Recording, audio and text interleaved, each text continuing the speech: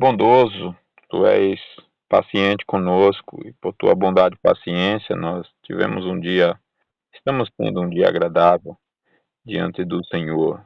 Já nos alimentamos, já nos relacionamos, já realizamos várias atividades, obrigações, já podemos orar, já podemos meditar na tua palavra, porque o Senhor é bondoso e paciente conosco. E pedimos que, por tua bondade, mais uma vez possamos estudar neste momento com a orientação do teu Espírito, que ele nos ajude a não somente compreender a tua vontade, a tua palavra, mas também vivermos por ela em nome de Jesus. Amém. Então, os decretos de Deus. Vamos seguir com a seção 5, que trata que diz o seguinte: visto que Deus designou os eleitos para a glória, assim ele, pelo eterno e muito livre propósito de sua vontade, preordenou todos os meios para se alcançar esse propósito. Por conseguinte, aqueles que são eleitos, achando-se caídos em Adão, são redimidos por Cristo. São eficazmente chamados à fé em Cristo mediante seu Espírito que opera no devido tempo. São justificados, adotados e santificados e guardados por seu poder mediante a fé para a salvação. Nenhum outro é redimido eficazmente, chamado, justificado, adotado, santificado e salvo por Cristo, senão unicamente os eleitos.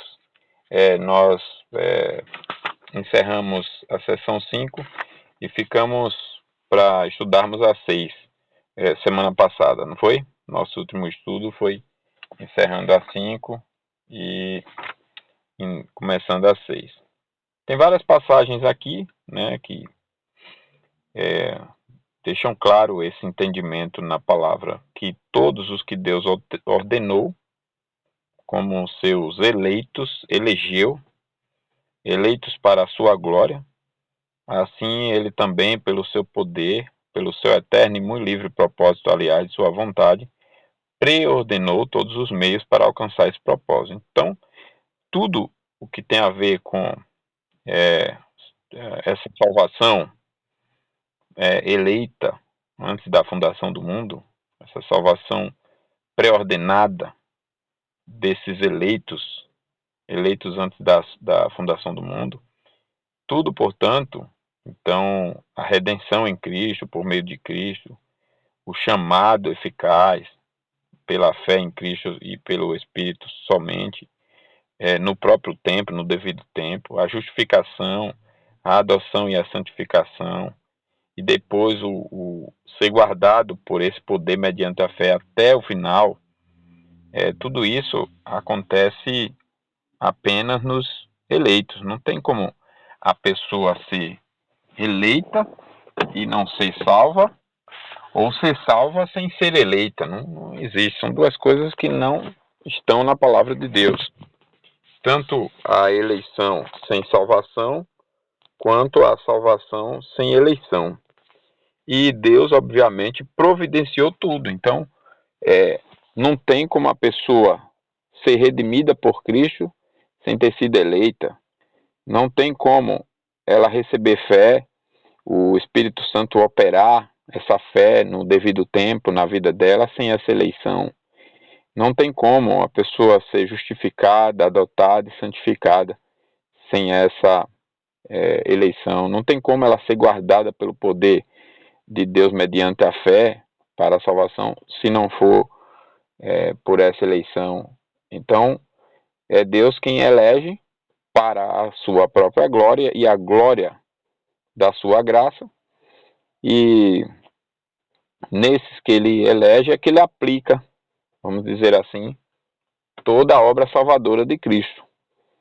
É Cristo quem merece a fé que nós recebemos, por isso que ela é dom de Deus. É Cristo quem merece a nossa justificação, adoção, santificação, vocação. É Cristo quem merece, né, a nossa perseverança. Ele que merece, e por causa do mérito dele, ele nos redime e Deus nos dá, mediante os méritos de Cristo, e até a perseverança no último dia, nós não vamos poder nos apresentar diante de Deus com orgulho e dizermos que por nossa obediência, por nossos méritos, por aquilo que nós fizemos, é que estamos lá diante dele, é que estaremos lá diante dele. Não. Nem poderemos também olhar para os pecados como se fossem mais poderosos do que a graça e também não crer, né? Não crer no seu perdão. Não podemos nem fazer uma coisa nem outra, porque o mérito é de Cristo, por isso que não cabe orgulho, e a eficácia é de Cristo, por isso que não cabe dúvidas. Isso é importante a gente pensar, né? Estão acompanhando, né? Eu tenho ficado assim, eu vejo quando muitos de vocês... Oi? Ah, tá certo. Quando quiserem falar, eu vou falando aqui, aí às vezes eu fico preocupado, porque ou cai alguém, ou então não estão entendendo, estão tão em silêncio. Mas vamos então seguindo, qualquer coisa é só falar. Então, isso que acabamos de ver confirma, primeiro, três coisas. A primeira é que, embora o decreto de Deus seja uma intenção eterna e todo abrangente, os vários elementos envolvidos nele necessariamente sustentam a relação recíproca de meios e fins, e isso nós vimos semana passada já. Então, essa relação meios e fins fazem parte desse decreto. Então, a determinar os fins que ele tenciona efetuar, Deus, ao mesmo tempo, determina os meios pelos quais ele tenciona efetuar. Se Deus quer a minha salvação no final, e essa salvação depende de ter fé, depende de Cristo redimir, depende de ser justificado, santificado, adotado, etc. Então, tudo isso vai acontecer. Deus vai promover os meios do fim decretado. Então Deus decretou o fim, também decretou os meios. Então nós vimos isso semana passada. Também vemos que, segundo, na questão da redenção dos homens, o fim que determinou era a salvação de certos indivíduos chamados eleitos, e ele que designou como meios para esse fim a redenção por meio de Cristo, a vocação eficaz, a justificação, a adoção, a santificação, a perseverança na graça para a vida. E terceiro é que, visto que os meios são tensionados para efetuar o fim, assim eles não devem ser exercidos no caso de alguém cuja salvação não foi adotada como esse fim. Ninguém, senão os eleitos, é redimido por Cristo, eficazmente chamado, justificado, adotado e santificado. Então, se... como é que eu posso dizer?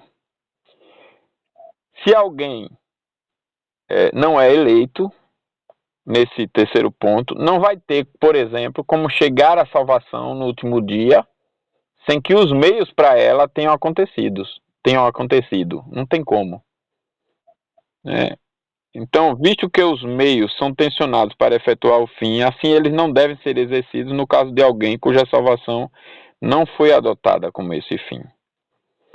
E a pessoa que não adota a salvação como esse fim, ela não vai vivenciar esse fim, como também não vai vivenciar os meios. Então vamos lá. Com relação ao primeiro, né, que os propósitos de Deus sustentam a relação recíproca de meios para fins, é evidente, primeiro, à luz do fato, vimos também isso, de que os seus propósitos são o produto de uma inteligência infinita e o próprio ofício do qual é coordenar um grande sistema de meios na realização de um grande desígnio. Então, isso é o que mostra tanto a luz da natureza como a própria criação, né? Os propósitos de Deus são o produto de uma inteligência infinita. E o próprio ofício do qual é coordenar um grande sistema de meios na realização desse grande ofício, desígnio, né? A segunda questão, ainda sobre essa primeira, de que os fins, né, com relação a que Deus sustenta a relação recíproca de meios para fins. Deus sustenta tanto uma coisa quanto outra. Então, a segunda questão é que Deus executa os seus eternos propósitos em suas obras de criação e providência, e na economia de ambas, ele habilmente usa sistemas de meios em subordinação para determinados fins. Então, se Deus executa esses eternos propósitos em suas obras de criação e providência, é óbvio que ele então habilmente usa sistemas de meios em subordinação. Não tem nenhuma dificuldade de a gente entender, olha, já que Deus é quem executa os seus propósitos na criação e na providência, não tem dificuldade nenhuma em ver ele também administrando, conduzindo, executando o seu propósito, administrando, governando habilmente a partir de um sistema de meios em subordinação. Uma coisa está subordinada à outra e ele está fazendo isso. Né? Quando a gente olha para a criação, por exemplo, os anjos, vamos falar dos agentes livres, só para dar um exemplo. Né? Os anjos, Deus criou todos de uma vez só. Não teve relação de pai e filho, não tem um anjo que tenha um pai, nem mãe, nem filho, nem irmão, nem tio. Todos foram criados independentes de uma vez só, sem essa relação familiar. Já o ser humano, não. Então,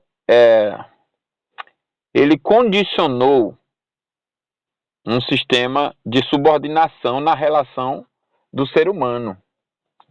Então, o ser humano não tem como ser filho sem ter um pai, né? Não tem como. Começa com Adão. Adão começa sem ter um pai humano, né? Ele e Eva são os primeiros pais, mas depois deles não há um ser humano que não tenha um pai. Né? Então, é Deus quem está habilmente usando sistemas de meios de subordinação, executando seus eternos propósitos em suas obras da providência e da criação e da providência. Uma terceira questão aqui, um terceiro ponto é que todos os eventos decretados como matéria, de fato, resultam na relação dos meios em subordinação dos fins. O que está, de fato, decretado é um resultado dessa relação meios e fins subordinados. E isso tudo é importante para a gente ver como Deus está governando tudo, tanto o propósito final, quanto também toda a parte daquele propósito final que vai acontecer. Então, o último dia, quando Jesus virá, e o primeiro dia lá da criação, estão todos controlados por Deus, e todos os meios daqui até lá, todos os sistemas de subordinação, tudo decretado também para que, e coordenados e governados para que aquele último dia que Jesus virá aconteça exatamente no tempo que é para acontecer, da mesma forma que é para acontecer, e todas as coisas convirjam para esse dia e para Cristo. Então eles devem, portanto, ter sido abrangidos na mesma ordem no decreto divino. Cada elemento, cada parte, né? Cada evento decretado como matéria de resultado na relação desses meios em subordinação. E por último, a quarta, é que Deus explicitamente nos diz que ele determina uma coisa a fim de realizar outra. Ele predestina homens para a salvação pela santificação do Espírito e fé na verdade, né? Então você vê que tem uma coisa ligada à outra, né? Predestinou os homens para quê? Para a salvação. Através de quê? Santificação do Espírito e fé na verdade. Então essa salvação vai passar pela santificação do Espírito e pela fé. Não tem como, ordinariamente, alguém ser salvo sem ser santificado pelo Espírito e sem viver a verdadeira fé. Na escola dominical, aos domingos, nós estamos estudando na igreja, justamente as características de ser um verdadeiro crente, e uma delas é ter a verdadeira fé. Aí, em função disso, nós estamos estudando o que é a verdadeira fé, como é que eu sei que eu tenho, como é que eu devo julgar e posso julgar o outro que não tem, e quando é que eu consigo dizer com certeza, sem erro, que o outro tem. É possível na Bíblia? É. A Bíblia diz que pelo fruto se conhece as árvores, e essas características são inconfundíveis, apesar de que nós temos limites, mas elas são inconfundíveis. Então,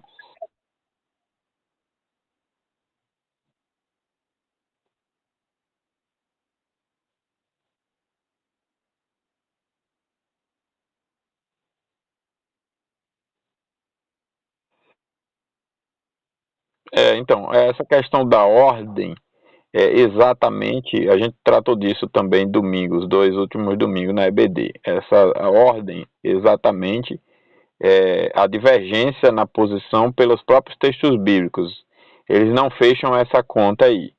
Porém, existem coisas que são mais claras. Por exemplo, você percebe na Bíblia, pelos textos bíblicos, que não tem como a pessoa se converter sem fé, ou se arrepender sem fé. Então você percebe que Deus tem que ir antes da fé. Agora, ela também não tem como ter fé sem ter sido nascer de novo. Então parece que o novo nascimento só que no novo nascimento é um pacote de coisas que Deus, vamos chamar assim, né? Pacote de coisas, conjunto de coisas, de bênçãos que Deus aplica, né? Que o Espírito de Deus aplica de Jesus Cristo no redimido. Agora, exatamente o que vem primeiro, tem coisas que não dá para você fechar essa conta, mas você consegue dizer que com relação a arrependimento, ou então a conversão, né? A santificação como processo, são coisas que vêm depois. A santificação tem 2 sentidos, né? Tem a santificação como mudança de status, isso acontece no ato da regeneração, mas tem a santificação como a imagem de Cristo sendo desenvolvida no crente. Então, uma vida de ordinariamente progresso do testemunho dessa imagem sendo desenvolvida. Nesse sentido de santificação como progresso, um desenvolvimento progressivo da imagem de Cristo, ela vai durar a vida toda que o crente viver aqui, né, na Terra. Porém, a santificação como status ou mudança de posição, ou seja, a pessoa era escrava do pecado e agora passa a ser filha de Deus, essa mudança imediata acontece no ato da redenção, salvação, regeneração, né? Esse ato aí. A justificação, nós vimos domingo que ela é no ato da fé que é implantada. Por quê? Porque Romanos 5:1 diz: justificados, pois, mediante a fé temos paz com Deus. Então, a nossa justificação acontece quando nós recebemos a fé e cremos em Cristo. Naquele ato, a nossa disposição voluntária de confiar na justiça de Cristo é nossa, porque Deus deu a nós o dom de salvação para que pudéssemos livremente descansar e confiar e depender da justiça de Cristo. Nesse momento, nessa ocasião, nós somos justificados. Então, tem coisas como o arrependimento, por exemplo, que a gente consegue dizer. Não tem como a pessoa se arrepender sem fé. Então, a fé veio antes, né? E a fé não tem como a pessoa receber sem ela ter sido regenerada. Então, a regeneração é implantada antes. Mas é um ato, digamos assim, único, onde todas essas coisas vão ter que acontecer. No momento que a pessoa é regenerada, né? Tem uma coisa que tem que acontecer depois da outra, né? Agora, é um ato só, não é uma coisa que vai demorar. No dia 1, a pessoa, digamos, creu, no dia 2, se arrependeu. Não, no mesmo dia que creu, se arrependeu, mas precisou da crença para se arrepender. Entende o que eu estou dizendo? Oi? É. Então a mesma coisa, quase, quase simultâneo, né? Aí todas as bênçãos espirituais acontecem ali. A Bíblia não deixa brecha. Inclusive, a confusão que é feita sobre o batismo. O batismo também acontece ali. Só que não é o batismo como um sinal visível, é o batismo espiritual, que tem grupos que confundem com os dons sobrenaturais que foram dados na época dos apóstolos, tal, na época da revelação. Não, aquilo ali é outra coisa, a gente pode estudar aquilo com mais tempo. Eu já mencionei aqui no estudo com as irmãs, quando a gente estudou o primeiro capítulo. A gente pode, em algum momento, voltar nesse tema, quando eu falei do progresso da revelação, né? A revelação geral e especial. Aí não dá tempo abordar ele aqui, é bastante coisa, mas aqueles dons espirituais ali eram dons revelacionais. Então não significa que o dom do Espírito, o batismo do Espírito Santo é para quem fosse uma coisa posterior, para quem vai exercer esses dons e tudo mais, não. O pacote, vamos dizer assim, né? O conjunto de atos da salvação, de bênçãos por meio de Cristo para a salvação, é aplicado naquele momento, né, quase que simultaneamente, e, inclusive o batismo. Razão pela qual a Bíblia vai dizer: quem crê e for batizado será salvo. E o ladrão na cruz não foi batizado visivelmente. Então não estaria cumprindo isso? Não, cumpriu. É o batismo que importa, porque o batismo visível é o sinal do batismo invisível. É a representação do batismo invisível. Não adianta nada ser batizado visivelmente e não ter sido batizado espiritualmente, certo? Não faz sentido. Né? Então, até o batismo também é um ato de Deus ali. Ele ele santifica, ele justifica, ele dá fé, ele dá o arrependimento, a pessoa se arrepende, ela se converte, e ele está fazendo e ela está reagindo, está agindo, por quê? Porque ela nasceu de novo, ela é uma nova criatura agora em Cristo Jesus, ela já foi santificada, porque ela saiu de filha da ira, filha do diabo, para filha de Deus, uma mudança radical, né? A redenção é uma mudança radical, embora nem tudo dela esteja sendo percebida tão plenamente em todos os crentes.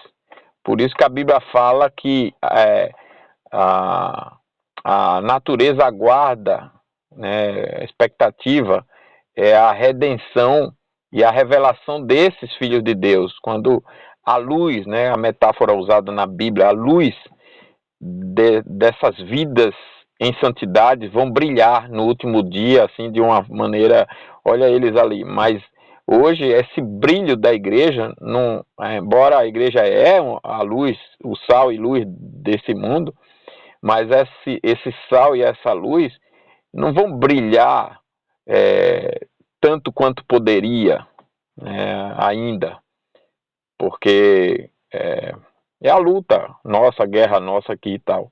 Mas essas virtudes todas espirituais, essas bênçãos todas, se não tiver no crente, a pessoa não foi crente, não é possível. O Tiago, quando vai falar, por exemplo, da fé com relação a isso, ele vai falar de tal forma que ele diz que quem disser que tem fé, mas não viver as coisas que essa fé produz, a fé é morta. É como ele vai chamar. Então, é isso que a Bíblia fala sobre a ordem e a realidade dessas bênçãos, né? Bom, essa foi a primeira parte. Então, a segunda é o seguinte, é que o oferecimento de Cristo para fazer expiação pelo pecado e do Espírito Santo para regenerar e santificar são, na divina intenção, designados como meios para realizar seu propósito em assegurar a salvação do eleito. Tem sido posto em dúvida por alguns teólogos, mas é explicitamente afirmado tanto positiva quanto negativamente nessa parte da confissão. Ao tempo que em que essa confissão foi descrita, a expressão para redimir era usada no mesmo sentido em que agora usamos a expressão para fazer expiação por. Então a confissão afirma, em primeiro lugar, positivamente, que Cristo foi eternamente designado para fazer expiação como um meio de executar o propósito de salvar o eleito. E, em segundo lugar, negativamente, que ele não fez expiação por nenhum outro. Então, no sentido positivo, na eternidade, Jesus é aquele que expia, né? No sentido positivo. E ele é eleito, ele é designado para fazer essa expiação. Agora, como meio de executar o propósito de salvar o eleito. Agora, no sentido negativo, ele não vai fazer, não é designado para fazer expiação por outros que não sejam os eleitos. Positivamente, para salvar os eleitos. Negativamente, ele não foi designado para salvar outro, a não ser os eleitos. Então, a classe de teólogos que não concordam com essa parte, né, neste ponto, considera os propósitos de Deus com respeito à salvação do homem e o oferecimento de Cristo para seu Salvador como que sustentando, respectivamente, a seguinte ordem. Primeiro, por sua infinita compaixão e universal benevolência, Deus determinou dar seu Filho para morrer pela redenção da maldição da lei de todo o gênero humano arruinado pela queda, mas prevendo que se os deixasse entregues a si próprios, certamente rejeitariam a Cristo e se perderiam. Deus é a fim, então, de executar e aplicar seu plano da redenção humana e, movido por especial amor por certas pessoas, as elegeu dentre a massa da humanidade para que fossem recipientes da especial graça eficaz do Espírito Santo e, portanto, para a salvação. A doutrina ensinada na confissão e defendida pela grande corporação das igrejas reformadas consiste em que Deus, movido por um amor especial e pessoal, elegeu certo homem dentre a massa da raça caída para a salvação, a fim de executar esse propósito. Ele determinou enviar a Cristo para morrer por eles e o Espírito Santo para renová-los e santificá-los. Então, essa é o que apresenta a harmonia dos textos bíblicos e o que as igrejas reformadas creem, né? Defendem e ensinam. As verdadeiras igrejas reformadas. Hoje quase tudo quanto é igreja está colocando o nome de reformado, então a gente tem que ir na história para verificar o que é exatamente uma igreja reformada, né? Já vi até,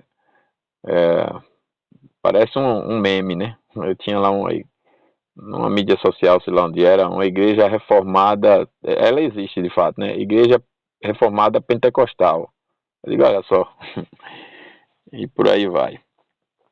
Mas aí é outro assunto. Então, esse é o ponto. Aí, aqui nós vemos três coisas. Primeiro, né, com relação ao ponto de vista da confissão, em relação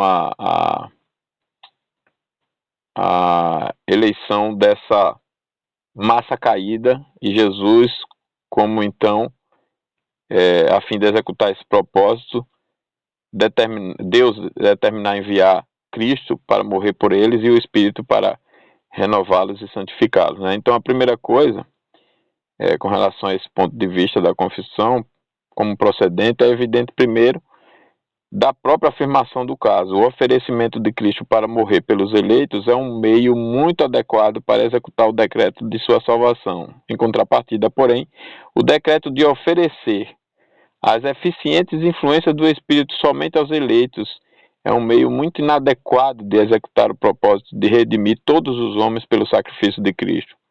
Um propósito de salvar a todos e um propósito de salvar somente a alguns não poderiam coexistir na mente divina.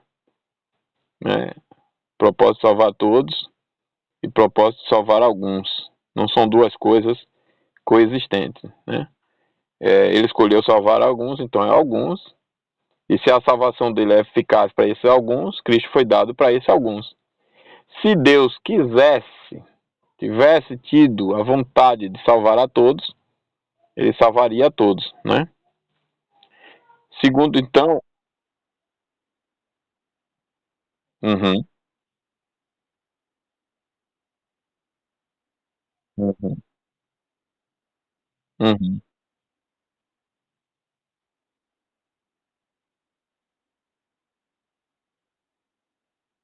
Exato. Inclusive, é até bom lembrar que, inclusive, os que saem do Egito para entrar em Canaã, a geração que saiu não entrou, né?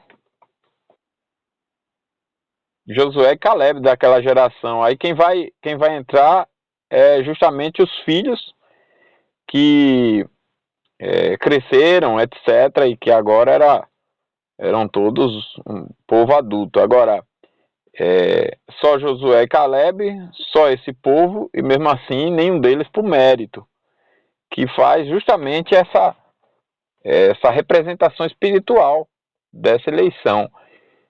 E a gente vê com isso, inclusive, que Deus jura, e os salmos vão falar sobre isso, né? Que Deus jura pela rebelião deles, quando eles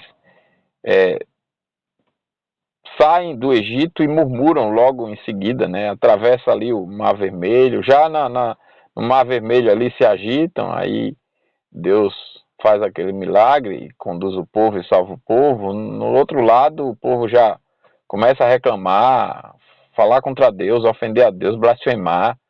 E Deus pacientemente, eu teria destruído já antes do Mar Vermelho. Eu não teria muita conversa. Mas Deus não, Deus foi e aguentou aquele povo o tempo inteiro e ainda caminhou ali 40 anos no deserto, numa viagem que seria poucos dias, linha reta, fica 40 anos naquele deserto até por morrer e a próxima geração. E Deus fez um juramento ali, né? Jurei na minha ira, não entrarão no meu descanso. E isso está citado depois em outras passagens. O que mostra que exatamente o que a gente está estudando, né? Que Deus escolhe quem entra no céu, assim como ele escolheu quem entra em Canaã, né? E o céu é chamado da Canaã celestial. Então, o segundo ponto aqui é que todos os propósitos de Deus, sendo imutáveis e autoconsistentes e infalivelmente eficientes, devem corresponder perfeitamente aos eventos que sucedem no tempo. Isso aqui a gente volta ao ponto lá do início, quando a gente começou o estudo dos decretos. Quando a gente viu que assim como Deus são os seus decretos, e assim como são os seus decretos, são as execuções dele. Se Deus é santo, os decretos são santos. Se Deus é imutável, o decreto é imutável. E se Deus é santo e o decreto é imutável, a realização também é santa e imutável, e daí por diante. Então a gente vê aqui que, uma vez que Deus é santo, né, os seus propósitos são, uma vez que Deus é imutável, eficiente, etc., os seus propósitos também são. E, inclusive, na sua sucessão no tempo. Né? E ele deve ter predestinado para a salvação aqueles, e tão somente aqueles que são, como matéria de fato, salvos. E ele deve ter tensionado que Cristo redimiria aqueles, e tão somente aqueles que são redimidos. E o propósito de Deus no oferecimento de Cristo não pode, em hipótese alguma, ser em vão. Aqui eu só lembro aquele ponto que já destacamos umas 2 vezes, e eu sempre vou repetir que é necessário, nunca acho demais, que é o seguinte: isso não significa, então, que eu posso desejar a salvação e Deus não querer me salvar. É impossível isso acontecer, porque o ser humano é inimigo natural de Deus. Ele jamais vai desejar a salvação. Ele jamais vai duvidar completamente dele mesmo e perceber que se Jesus não o salvar, ele não está salvo, e clamar a Deus: Senhor, então me salve, porque eu não consigo. Ele jamais, esse tipo de pensamento e clamor e reconhecimento não é uma virtude no homem caído. Então não tem como. Quando a pessoa de fato reconheceu dessa forma e clamou e desejou a salvação, é porque Deus foi quem fez. É como João fala com relação ao amor. Nós o amamos porque ele nos amou primeiro. Da mesma forma, nós nos arrependemos porque ele nos agiu em nós, nos deu o arrependimento primeiro. Nós o clamamos porque ele nos regenerou primeiro, nos conscientizou, despertou nossa consciência morta, etc. E daí por diante. Então, o terceiro é que Cristo diz explicitamente, lá em João 10,15, eu dou a minha vida pelas ovelhas. Então, essa é a terceira questão. Terceiro e último ponto, nós falamos dessa terceira questão em relação ao ponto 2. Agora, em relação ao ponto 3, é que ninguém, senão os eleitos, é redimido por Cristo, eficazmente chamado, justificado, adotado e santificado. Então, com relação a esse terceiro ponto, é que esta é apenas a afirmação negativa da mesma verdade, delineada para fazer a afirmação positiva dela ainda mais explícita e enfática. A doutrina quanto ao desígnio de Deus no sacrifício de Cristo é declarada novamente no capítulo 8 da Confissão, nós vamos ver lá na frente, e será mais apropriadamente declarada e discutida no momento, mas o ponto aqui é esse, né? Então, se por um lado Deus designou os eleitos para a sua glória e aí providenciou tudo para que eles, no final das contas, fossem salvos, por outro lado, ninguém senão os eleitos, ou seja, nós estamos dizendo a mesma coisa, é redimido por Cristo, eficazmente chamado, justificado, adotado e santificado. Se Deus, na parte positiva, designou esses eleitos para essa salvação e providenciou eles serem chamados, a redenção de Cristo, a justificação, a adoção e santificação, por outro lado, ninguém senão os eleitos serão redimidos, chamados, justificados, etc, etc. Se formos falar de ordem, nós temos a ordem dessas coisas aqui, ó, redimido por Cristo, depois chamado, depois justificado, adotado e santificado, né? Seria, se formos colocar uma ordem, seria por aí. Deixa eu ver como é que está o tempo, porque nós temos aqui, dá tempo, tem 20 minutos.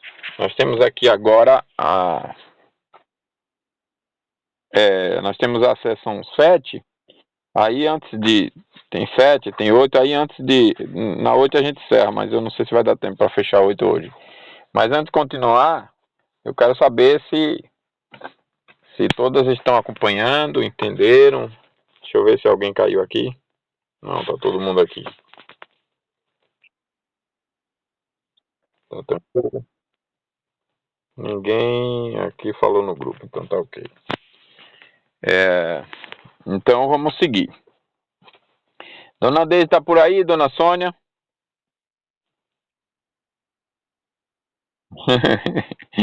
A Dona Deise deve estar tomando café. Vamos seguir aqui na seção 7. A seção 7 diz assim, ó: aprove a Deus, segundo o insondável conselho de sua própria vontade, pela qual estende ou retrai sua misericórdia como lhe apraz, para a glória de seu soberano poder sobre suas criaturas, não contemplar o restante, veja bem como é a colocação, não contemplar o restante. Tem os eleitos, né? E tem os não eleitos. Então, aprove a Deus não contemplar os que ele não elegeu, o restante, e ordená-lo para a desonra e ira por causa do seu pecado e para o louvor de sua gloriosa justiça. Então, isso é diferente de. Nós vamos entrar nesses pontos aqui, mas eu já adianto para dizer o seguinte: isso é diferente de eleger para condenar. Né? Eu preciso entender que Deus elege os que ele quer salvar, mas não significa que ele também elegeu outros para condenar. Não é esse o entendimento, não é isso que a Bíblia argumenta. A gente pode dizer assim, mas não é a mesma coisa? Ele não eleger, não é a mesma coisa? Não. Ele não eleger não é a mesma coisa que elegê-lo para condenar. Ele elegeu a salvação de uns e decidiu não salvar outros. Isso não é a mesma coisa que, então ele elegeu condenar aqueles que ele não quis salvar. Não, não foi isso que ele fez. A Bíblia coloca o seu decreto, a sua eleição positiva e a parte negativa apenas como a rejeição ou a decisão de não elegê-los, rejeitados dessa forma. Portanto, eles são apenas, outro termo que é usado é preteridos, né? Então vamos ver alguns textos aqui, ó. Agora, sim, outra coisa antes de ver as questões, né? Os textos eu só vou citar, porque a gente não vai conseguir ler todos eles, mas uma outra coisa é que o motivo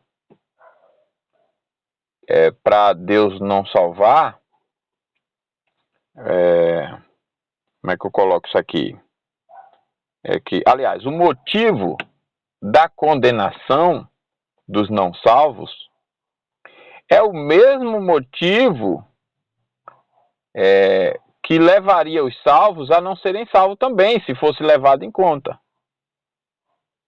que é os pecados. Eles são culpados. Eles foram condenados por quê? Porque eles são culpados. Eles mesmos se condenaram. Agora, e os outros que foram salvos? Também estavam no mesmo pacote. Estavam no mesmo grupo. Deus decidiu elegê-los para a salvação, mas eles não tinham mérito nenhum. Eles estavam no mesmo grupo. Por isso que a gente, olhando corretamente as Escrituras, não tem como exaltar outro, nem outra atitude, nem outra virtude, a não ser Deus, o Pai, o Filho e o Espírito, e a virtude a virtude ou atributo, né, a característica da misericórdia, da graça, né, do amor de Deus, o Pai, o Filho e o Espírito Santo. Nunca alguma coisa em nós, os seres humanos, não tem como, né?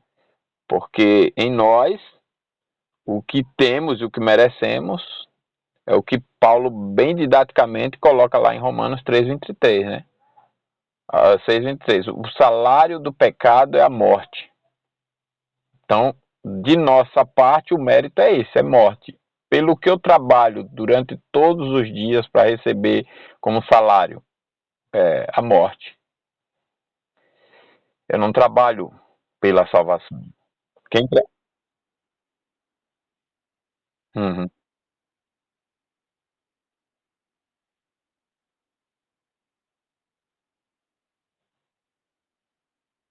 Isso, exatamente. A ideia é exatamente essa. Ele não está pegando alguém vivo e condenando, né? Isso que você quer observar, né? Não tem como. Então a pessoa já se condenou. A condenação da qual a Bíblia fala aí é porque uma vez que a pessoa já caiu, né, já se condenou, ele é o supremo juiz para decretar cada coisa, né? Cada ato, cada momento. Ele lá no início ele já decretou a maldição, né? Então nós atraímos essa maldição e ele foi dizendo como cada coisa ia acontecer. E foi dando a maldição, né? Foi proferindo a maldição como um supremo juiz. Mas é exatamente isso aí, não há culpa nenhuma nele, né? Nós é que atraímos conquistamos tudo que conquistamos. Então, uma vez que nós nos condenamos, né, nesse sentido, o decreto de Deus não é um decreto para condenação, a eleição, no caso, né? É a eleição para salvação. Agora, ele decide, está todo mundo condenado, ele decide não salvar alguns. E esse é que são os reprovados, né? Os réprobos. Então você tem Mateus 11, 25 e 26, Romanos 9, o capítulo todo, em destaque nos versos 17, 18, 21 e 22, e você tem 2 Timóteo 2, 19 e 20, Judas 4 e 1 Pedro 2, 8. Então, o que é que essa seção ensina? Primeiro, que visto que Deus soberanamente destinou certas pessoas chamadas os eleitos através da graça da salvação, assim ele soberanamente decretou subtrair sua graça do restante. Essa é a questão. E que esse restante foi reprovado pelo insondável conselho de sua própria vontade e para a glória de seu soberano poder. Então, só para ver se todo mundo está entendendo. Se Jesus voltar hoje, nós iremos para o céu com ele aprovados. Certo? Agora, aprovados por quê?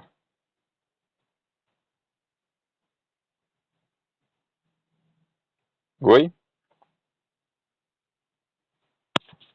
Caiu, foi? Não, tá aqui. Hein, irmão?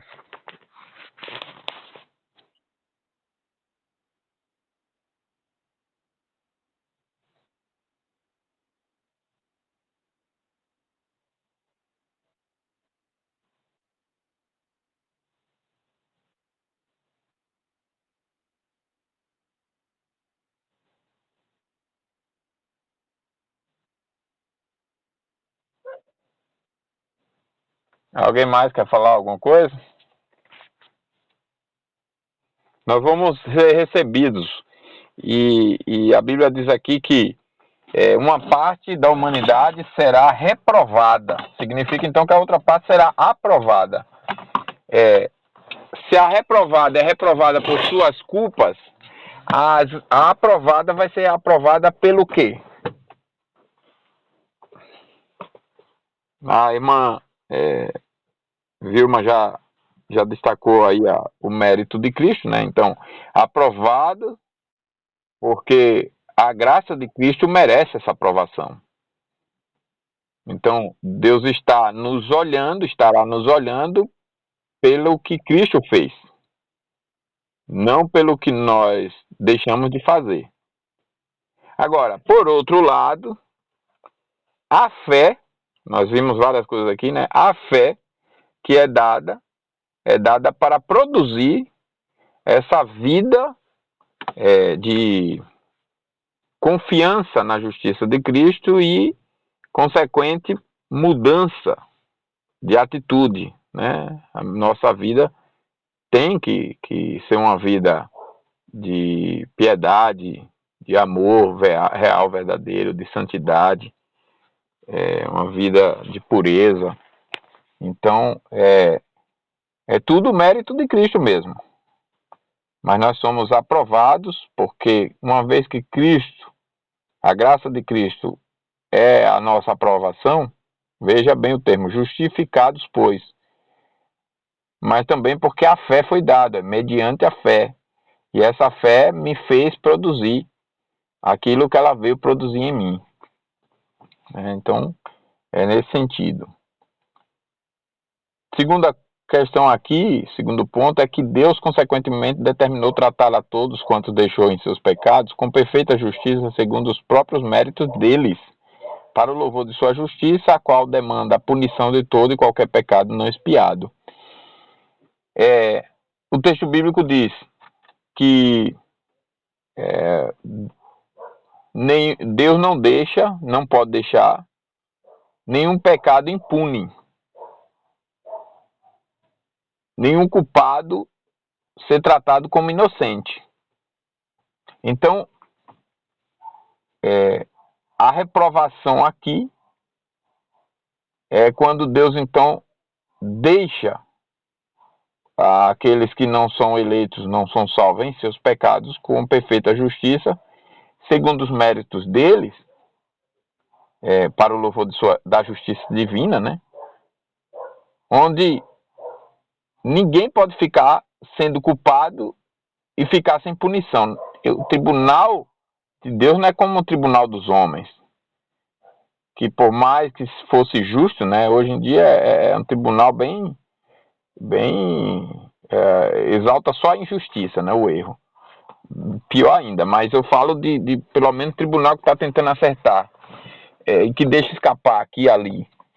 Não é como o tribunal dos homens, que nem todos os culpados são de fato punidos e nem tem a punição que merece.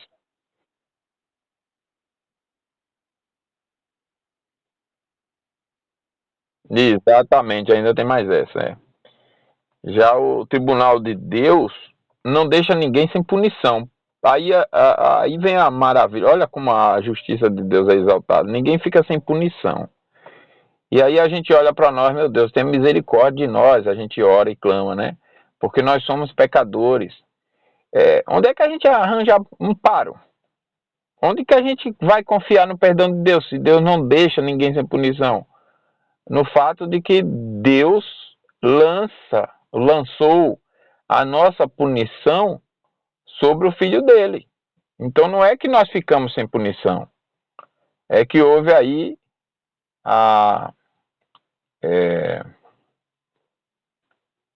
tem um termo que Paulo usa, né, que dá a ideia de, é um termo jurídico, onde Cristo assume, né, recebe as nossas culpas nele, e transmite, nos dá os méritos que são dele.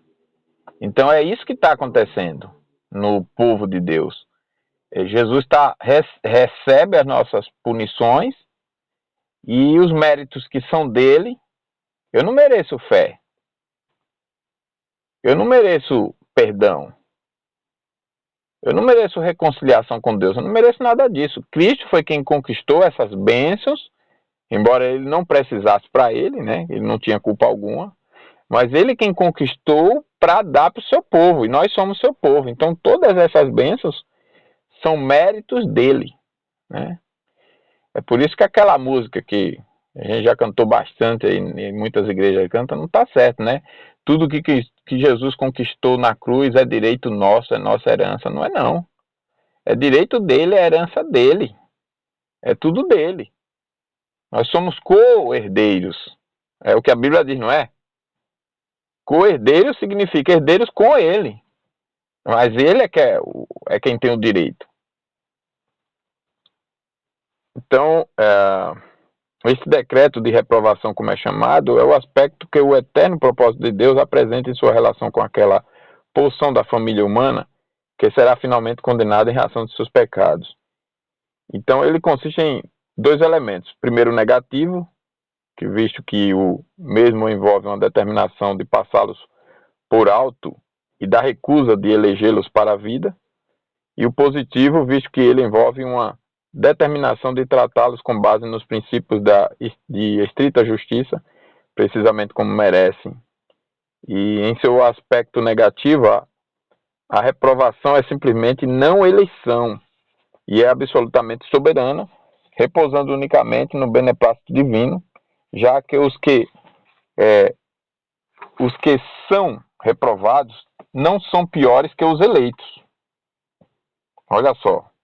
aquilo que eu já adiantei para vocês. Então, no tocante ao seu elemento positivo, a reprovação de maneira alguma é soberana, mas puramente judicial, visto que Deus determinou tratar os réprobos precisamente de acordo com seus méritos pelo prisma de absoluta justiça. Nossos padrões são muito judiciosos em manter esse ponto explicitamente. Essa seção diz que Deus ordenou os não eleitos à desonra e ira por causa de seus pecados, para o louvor de sua gloriosa justiça. A mesma é repetida quase em linguagem idêntica na resposta à pergunta 13 do Catecismo Maior. Esta doutrina, em vez de ser inconsistente com os princípios de absoluta justiça, necessariamente se deduz da aplicação desses princípios ao caso em apreço. Então, essa foi a primeira parte. A segunda é que todos os homens são igualmente, por natureza, filhos da ira e odiosamente merecedores da punição máxima da lei, antecedentemente ao oferecimento de Cristo para ser seu Salvador. É por estarem em tal condição que a satisfação vicária da justiça divina foi absolutamente necessária para a salvação de alguém, pois, do contrário, como diz o apóstolo, Cristo teria morrido em vão. Daí, se alguém precisa ser salvo, a própria justiça exige que sua salvação seja reconhecida como não provinda de seu direito, mas como soberana concessão da parte de Deus. Ninguém tem qualquer direito natural à salvação, e a salvação de um não pode dar a outro o direito a ela. Então, a minha salvação não dá direito a meu filho ser salvo, nem a minha esposa, nem a deles por a minha, etc. É totalmente individual. Mas aqui, então, o que está se considerando aqui, destacando, é o fato de que se fosse considerar a minha justiça, eu jamais seria salvo. Mas uma vez que vem de Deus, né? Então a justiça de Cristo é a que está sendo considerada. Então a salvação é algo que vem de Deus, é uma concessão da parte de Deus, mas uma soberana concessão, né?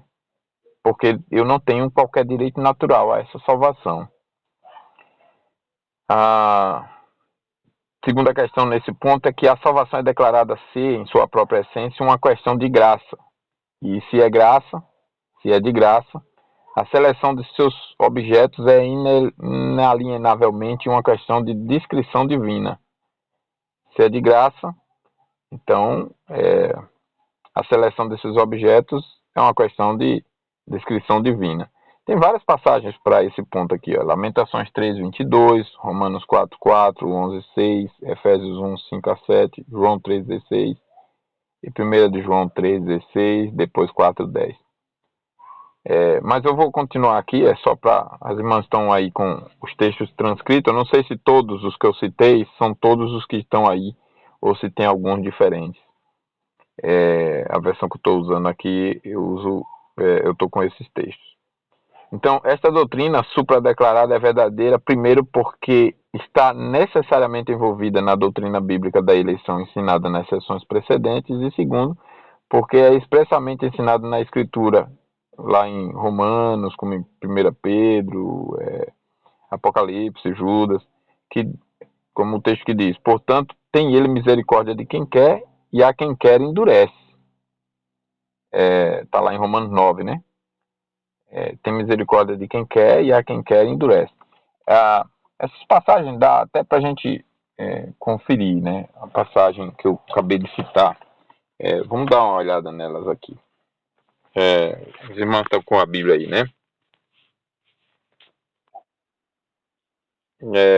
Lamentações 22, Romanos 4:4, Romanos 11:6,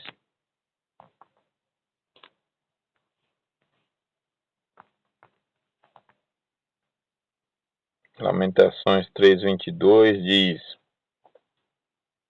as misericórdias do Senhor são a causa de não sermos consumidos, porque as suas misericórdias não têm fim, renovam-se a cada manhã, grande é a tua fidelidade. Romanos 4:4 vai dizer: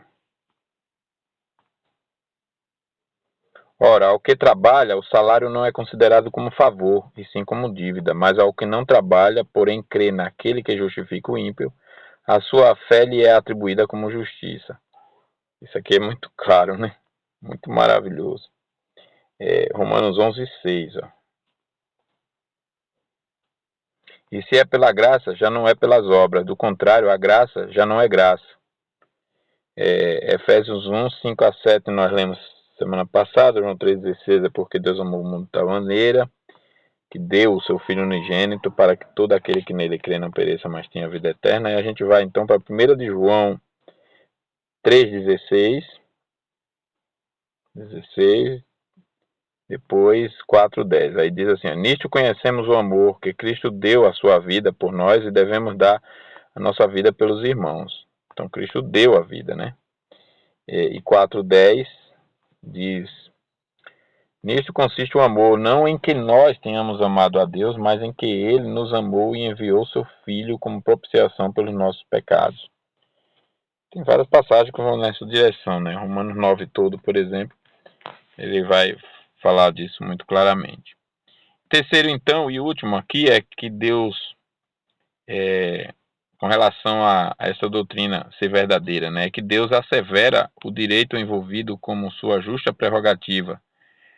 Por exemplo, dir-me-ás então, por que se queixa ele ainda?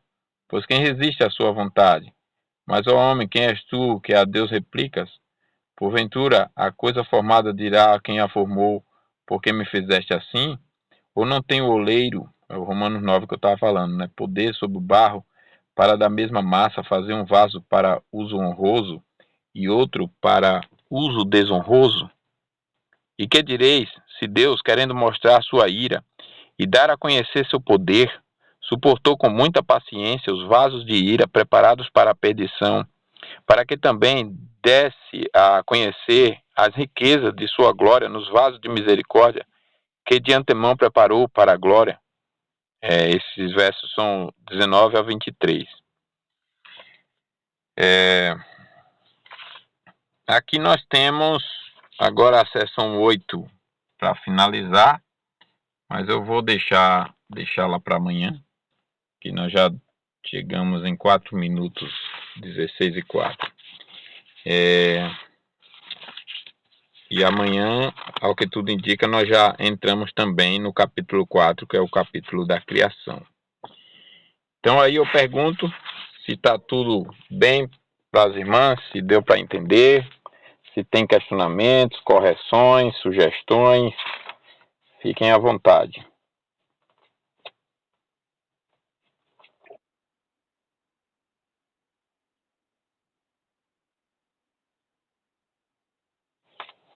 Ah, verdade, eu tenho que te passar o link do site, tá?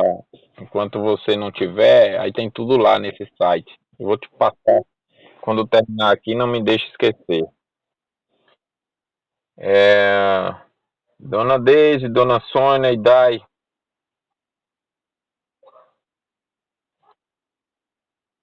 que bom. É uma questão maravilhosa, né? Dona Deise, cadê a Deise, hein? A Deise tá aí, tá? Ah, tá. Acho que ela tá brigando lá com o mudo do telefone, o microfone. Então vamos orar, encerrando.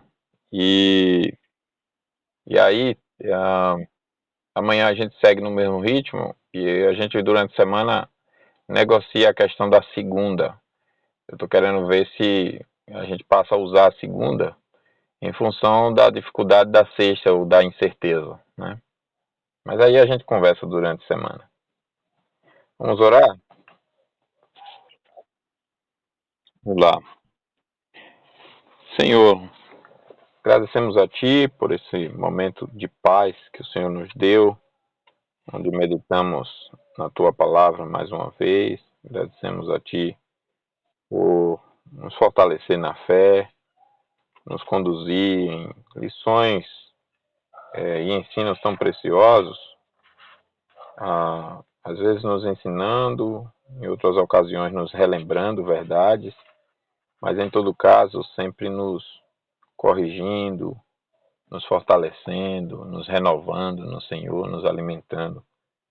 Nós louvamos a Ti por estas bênçãos e pedimos humildemente que nos ajude a sempre dependermos destas verdades de uma forma santa, onde nossa vida não seja improdutiva, não seja vazia, não seja distante do Senhor e da Tua palavra.